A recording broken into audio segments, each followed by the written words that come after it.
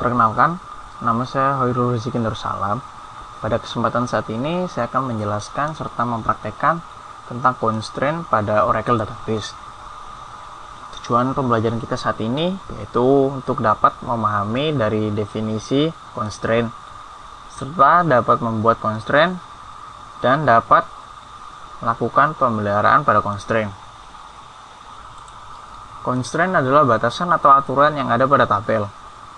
Constraint di sini berfungsi untuk mencegah penghapusan data dari suatu tabel yang mempunyai keterkaitan dengan tabel yang lain. Misalnya terdapat keterkaitan antara tabel departemen dan tabel pegawai, yang dimana kedua tabel tersebut menyimpan informasi yang sama, yaitu kolom departemen number atau DIPNO. Jika baris pada nomor departemen 10 akan dihapus dari tabel departemen, sedangkan terdapat data pegawai yang bekerja pada departemen tersebut, maka dengan adanya constraint antara dua tabel tersebut, penghapusan tersebut tidak bisa dilakukan. Oracle menyediakan beberapa tipe constraint. Itu yang pertama, not null, yang kedua unique, yang ketiga primary key, yang keempat foreign key, dan yang kelima check. Untuk tipe yang pertama, yaitu not null constraint, yaitu suatu kolom yang didefinisikan dengan constraint not null tidak boleh bersifat nilai nol. Kolom yang berfungsi sebagai primary key otomatis akan diset untuk tidak nol. Untuk percobaan nomor 1, berikut akan dicontohkan pembuatan tabel dengan constraint not null.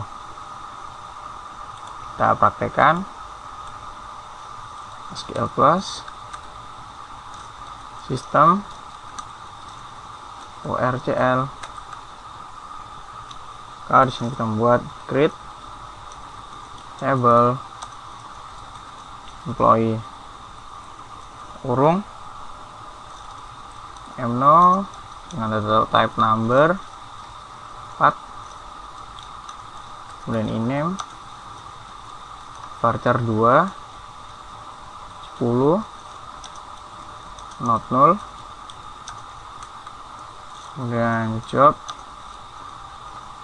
varchar 2 9 DIPNO data number 7,2 not null. Tabel created.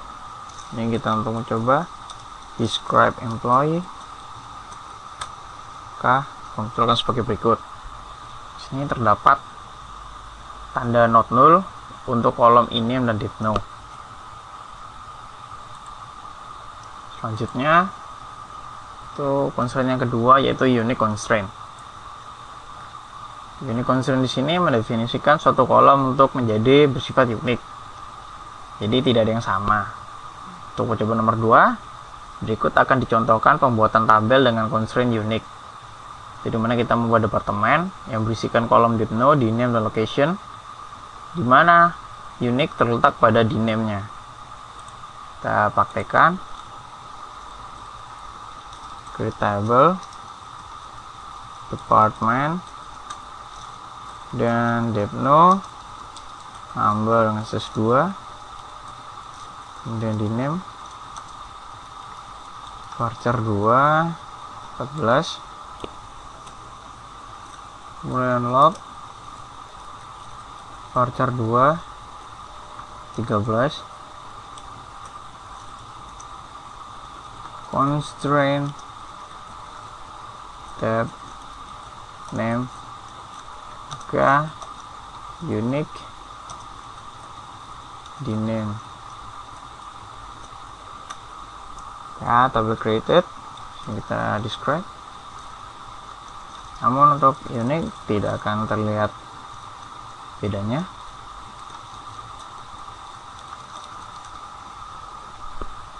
Tidak akan terlihat bedanya dalam describe. Selanjutnya constraint yang ketiga, yaitu primary key constraint. Sini primary key constraint akan membentuk key yang unik untuk satu tabel. Nah, di sini otomatis akan diset memiliki key unik juga. Untuk ujian nomor 3, berikut akan dicontohkan pembuatan tabel dengan constraint primary key.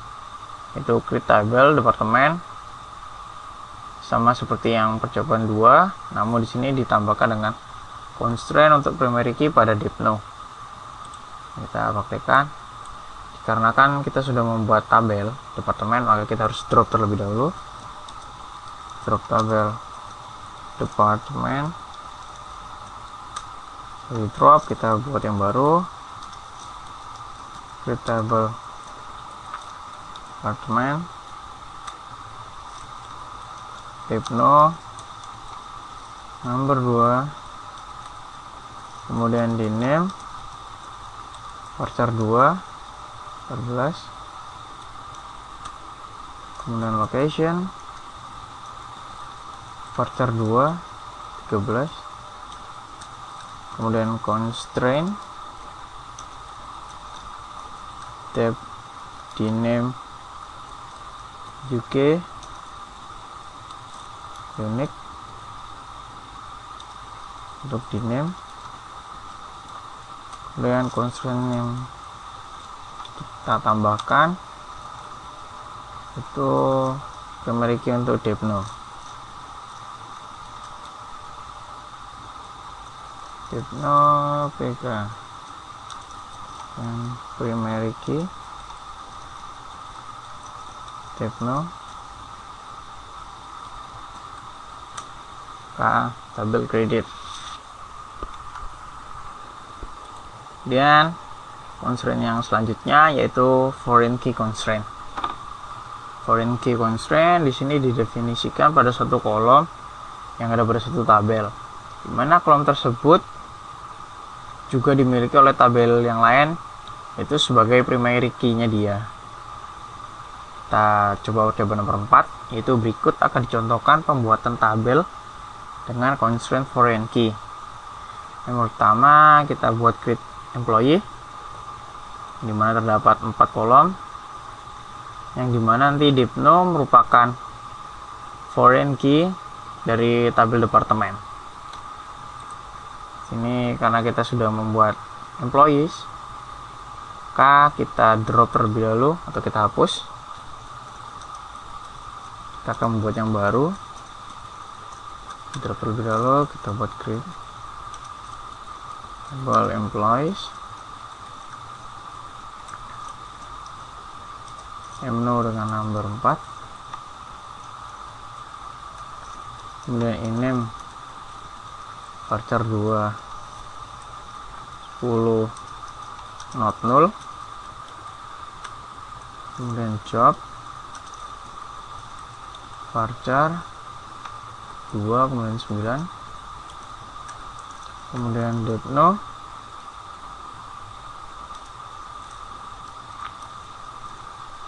number 7,2 not null,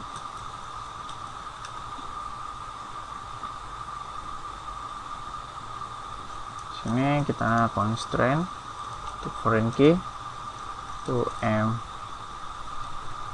div no fk langsung foreign key,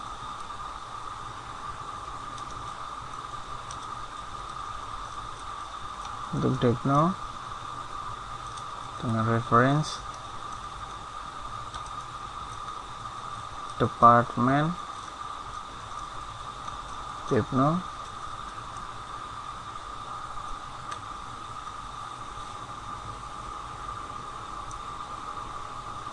ada yang salah, ada yang kurang.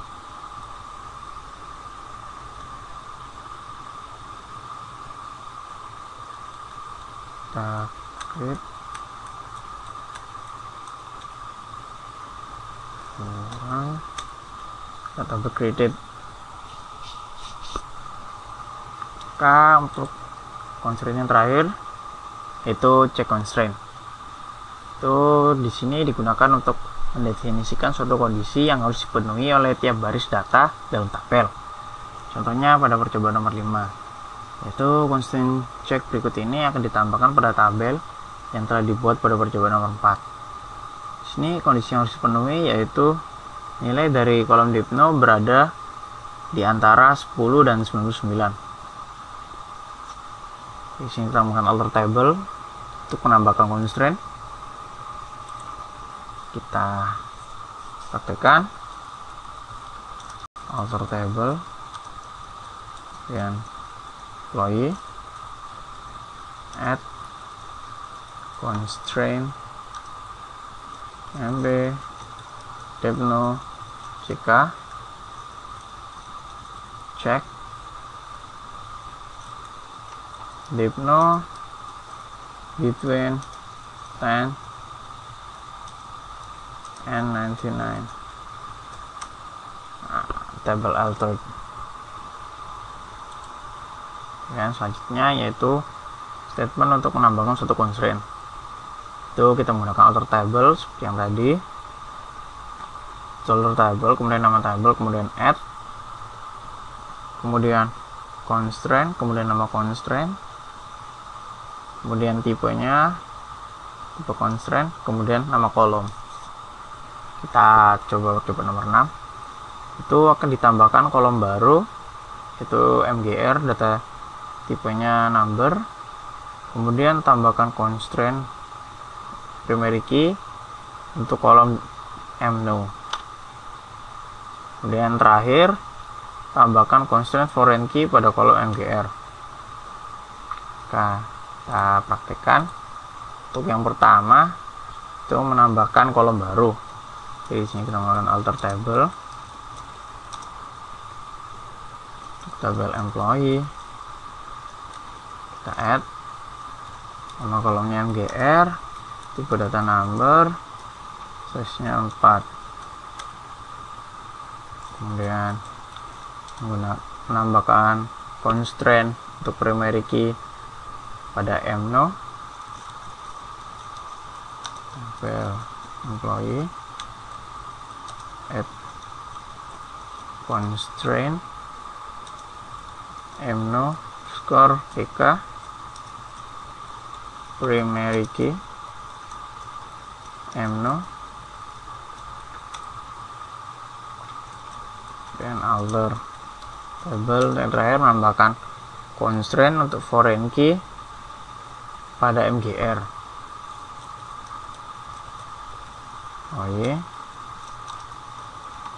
Constraint mgr fk foreign key mgr preferences employee mno.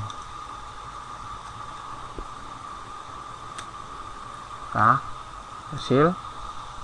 Oke, yang pertama sini yang menambahkan kolom manager, kemudian yang kedua untuk menambah constraint yaitu untuk primary key untuk mno, kemudian yang ketiga untuk constraint foreign key untuk mgr yang merupakan referensi dari tabel employee itu dengan primary key-nya yaitu mno. Selanjutnya itu untuk menghapus constraint.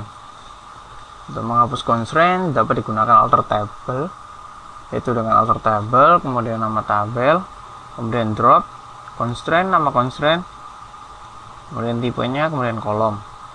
Kita coba percobaan nomor 7, yaitu hapus constraint manager, itu percobaan 6 dari tabel employee. Itu kita tinggal alter table employee, kemudian drop constraint, kemudian nama constraintnya imp mgrfk. Kita coba alter table employee, drop constraint employee mgrfk. Sini yang imp mgrfk merupakan foreign key sudah kita hapus. Selanjutnya itu Untuk menghapus kolom yang merupakan primary key yang ada pada tabel parent yang berhubungan dengan suatu kolom pada tabel child, kolom ini merupakan foreign key dalam tabel, maka gunakan perintah cascade.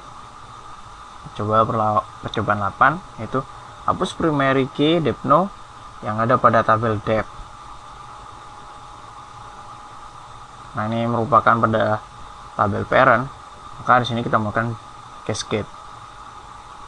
Itu alter table dep, kemudian drop, kemudian tipenya yaitu primary key, kemudian cascade. Kita praktekkan alter table dep, kemudian drop primary key, cascade.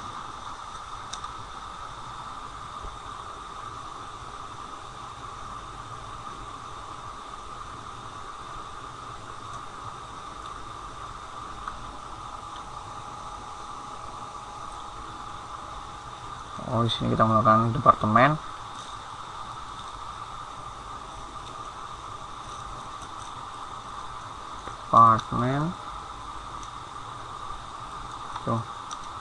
The primary key cascade. Maka di sini kita menghapus primary key dari departemen, yaitu yang merupakan depno.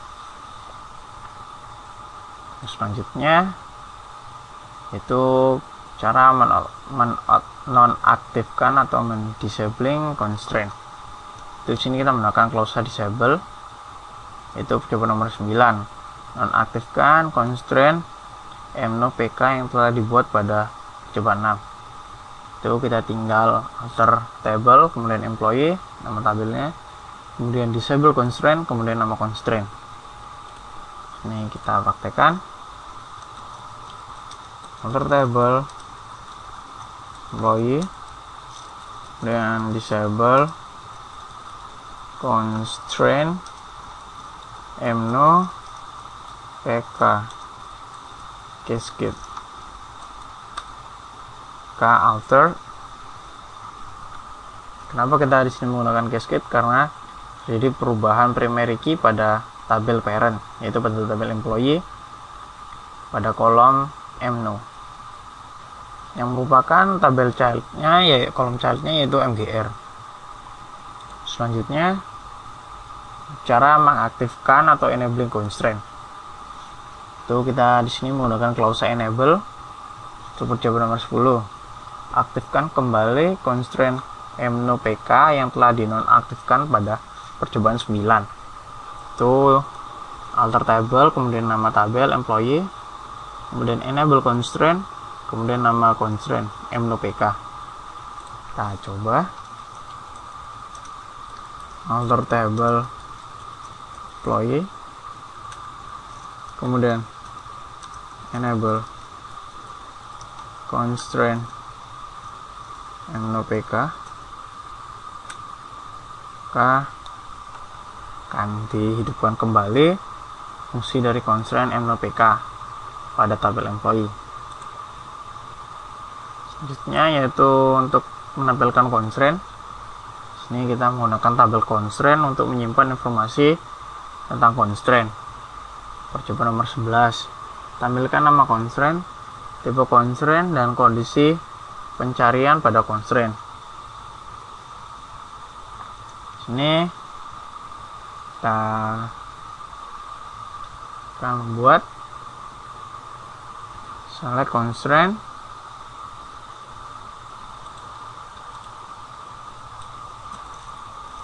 select constraint name, kemudian constraint type, search condition,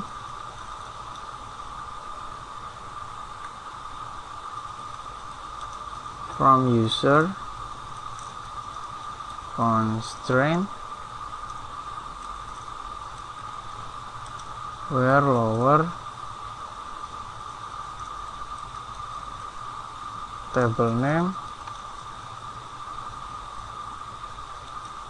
Nah, klik tunggal employee, maka sini akan muncul yaitu depno is not null dengan kategori C. C di sini merupakan untuk constraint check,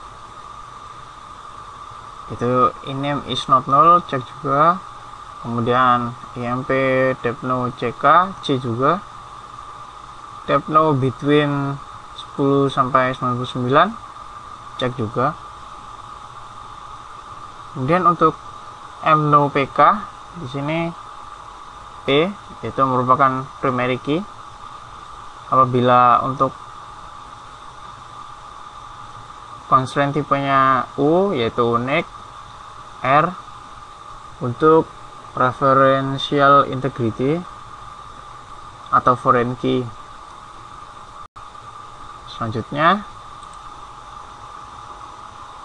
untuk lebih memahami, mari kita mencoba untuk menjawab beberapa latihan soal sebagai berikut. Latihan soal nomor 1 itu buat tabel dengan nama departemen yang memiliki struktur kolom pertama no dep dengan tipe number yang merupakan nomor dari departemen, kemudian nama dep, varchar 2 yang merupakan nama departemen, kemudian lokasi dengan tipe varchar 2 merupakan lokasi departemen, kemudian ditambah dengan constraint yang dibuat bersamaan dengan pembuatan tabel yaitu nodep underscore pk yang merupakan primary key untuk nodep. Ini kita kerjakan nomor 1. Pertama kita create table dengan nama departemen, kemudian nodep number 2, kemudian nama dep varchar 2 14 dan lokasi varchar 2 13, kemudian menambahkan constraint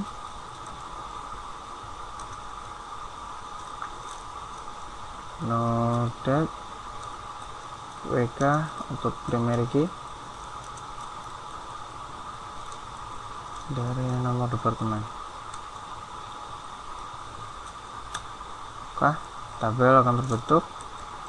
Jadi script departemen, hasilnya akan sebagai berikut.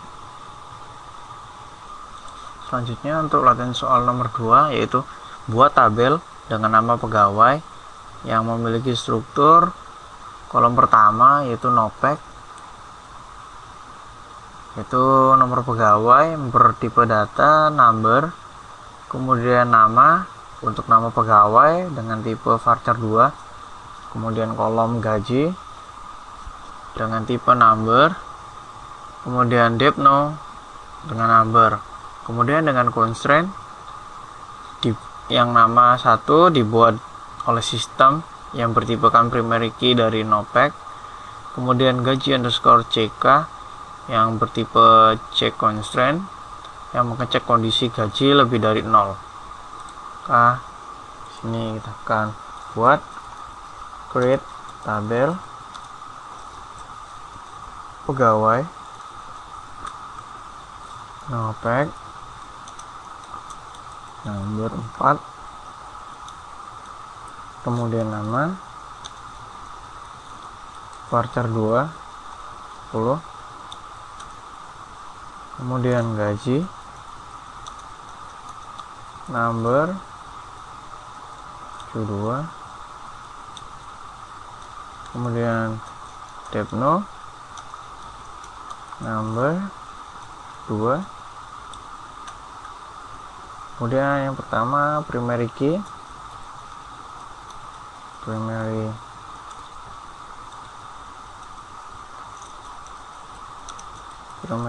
dari nopek,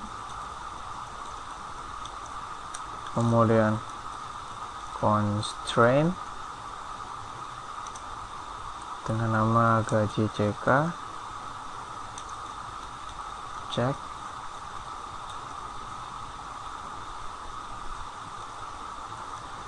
gaji lebih besar 0,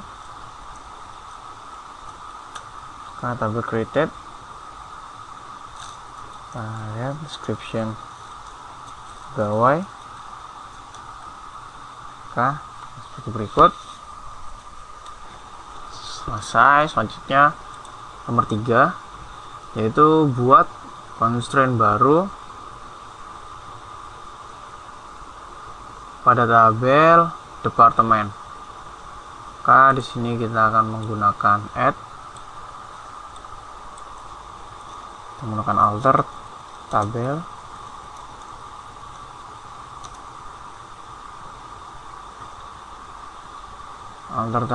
departemen,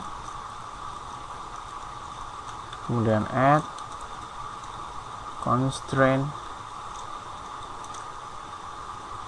itu dengan nama dep, kemudian UQ unique itu nama departemen, merupakan nama dep. Maka sudah terbuat baru constraint. Kemudian nomor 4, yaitu nonaktifkan constraint gaji underscore CK pada tabel pegawai dengan perintah disable. Oke, di sini kita menggunakan alter table untuk mendisablekan disable pada tabel pegawai, dan disable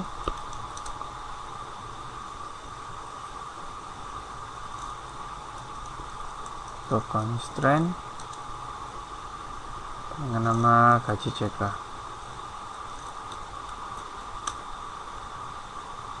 Dan nomor selanjutnya, nomor 5, yaitu tambahkan baris baru ke dalam tabel pegawai. Itu dengan nilai 99, nama saya, gajinya 0, kemudian DP-nya 10. Kemudian kalau baris baru tidak berhasil dibuat, apa yang sebelumnya harus ada pada tabel departemen? Nah, untuk nomor 5 kita coba itu masukkan baru di insert into nama tabel pegawai, kemudian kolomnya nopek, nama, kemudian gaji, kemudian dipno, kemudian values itu 99,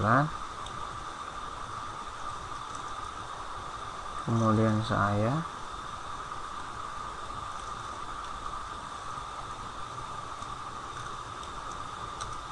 isinya 0 dan 10. One row created.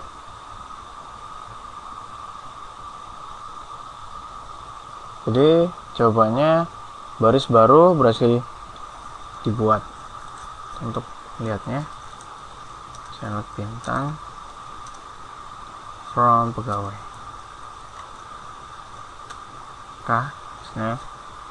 Itu seperti berikut. Kemudian soal nomor 6, soal terakhir, itu aktifkan kembali constraint gaji CK pada tabel pegawai dengan perintah enable. Kemudian, mengapa perintah tersebut tidak berhasil dilakukan? Apa yang harus dihapus dari tabel pegawai sebelum constraint gaji bisa diaktifkan kembali? Di sini kita akan mencoba untuk mengaktifkan kembali dengan alter table pegawai, kemudian enable,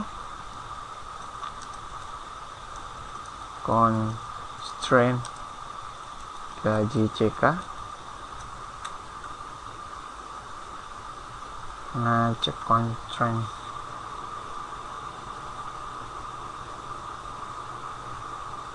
Sini karena isi dari tabel yaitu pada gaji sudah dimasuki 0, sedangkan pada constraint dari gaji CK yaitu cek untuk gaji lebih dari 0.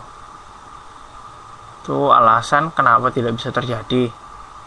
Kemudian apa yang harus dihapus dari tabel pegawai sebelum constraint gaji CK bisa diaktifkan kembali?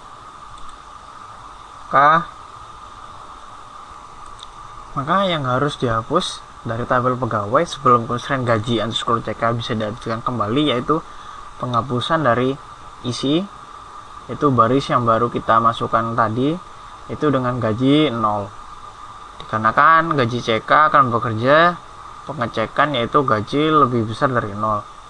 Maka sini kita akan menghapuskan delete from tabel pegawai. Di sini one row deleted, maka baris yang baru kita masukkan tadi akan terhapus. Baru kemudian kita aktifkan kembali CK, gaji CK nya pegawai, kemudian enable constraint gaji underscore CK, maka akan aktif. Demikian untuk pembelajaran kita saat ini serta praktek-praktek yang sudah kita lakukan untuk materi constraint. Sampai jumpa selanjutnya. Terima kasih.